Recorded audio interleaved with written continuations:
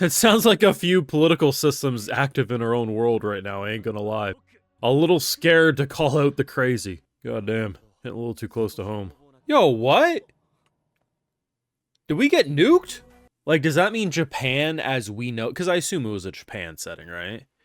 Like, are they dead? Is it gone? Has it been obliterated? Like, it was a mistake, and unfortunately that mistake can't be returned because his home no longer exists. And then it's gonna turn out that he was picked for a reason? Is that kind of the direction? Yeah, we're just gonna fucking hit the magical pumpkins flying in the sky. Come on now, how are we getting home?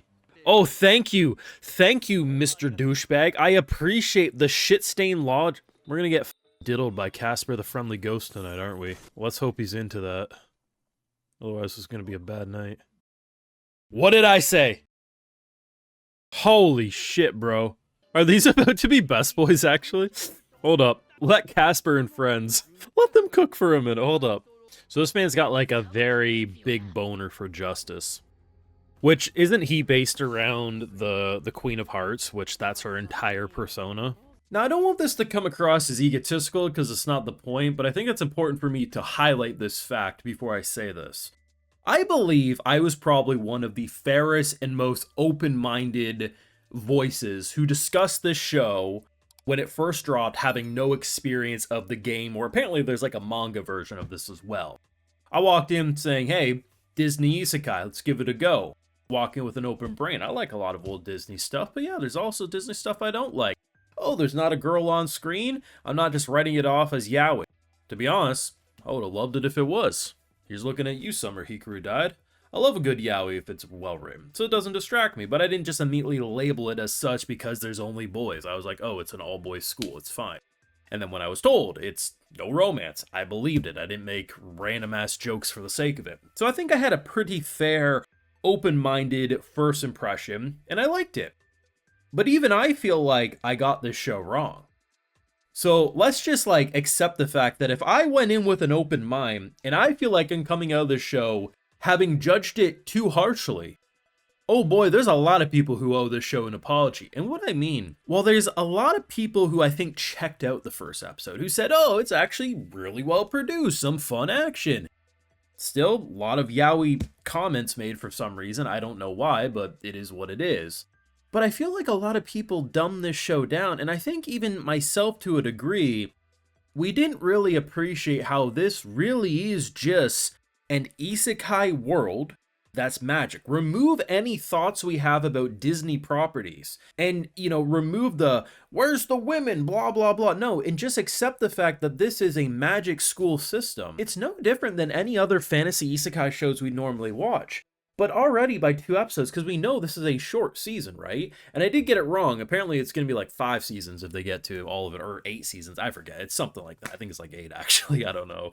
Either way, the fact that every season will have like its own unique protagonist, but the fact that within 2 episodes, they've done a decent amount of world building. They've done a decent amount of characterization. And then the way they drop all the information about the Disney property. So even if you don't have any experience with them, you already got the base knowledge of these villains. I just feel like this show, out of all the series that I've seen that have tied themselves to a property that should have just been a mindless, soulless, cash grab gimmick, this show is one of the best that I've seen, at least for an intro, that has tied itself to large properties and actually made it stand on its own 2 legs, while also clearly, you know, if you have the knowledge of these series, you can probably catch so many Easter eggs. I feel like I went in with an open mind, and even I didn't have an open enough mind to realize how great this series could actually be. So I think a lot of people are going to owe this show an apology after episode 2, because this is actually pretty freaking amazing. Now, of course, just a reminder, if you enjoyed the video, drop a like, help show your support, subscribe if you're new around here, and Patreon is where you can catch my full live reactions to all some more if you also want to help fund the channel and videos just like these. So, I had a suspicion last week, because I got a lot of really nice comments. I was surprised. I thought to myself, this is the type of show that could have a wide appeal outside of my normal viewer base. And I was proven right. Passionate fan base. But I noticed something interesting about the comments, and I had a suspicion that it was a primarily female-dominated audience, because I have a lot of male-dominated audiences for a lot of videos. And this isn't just me assuming. I got the analytics. It tells me. And I thought to myself, is this a case of women just being a lot nicer than men? And yeah, The analytics didn't lie. Like, literally since day one, it was like a 60-40, sometimes 70-30 split.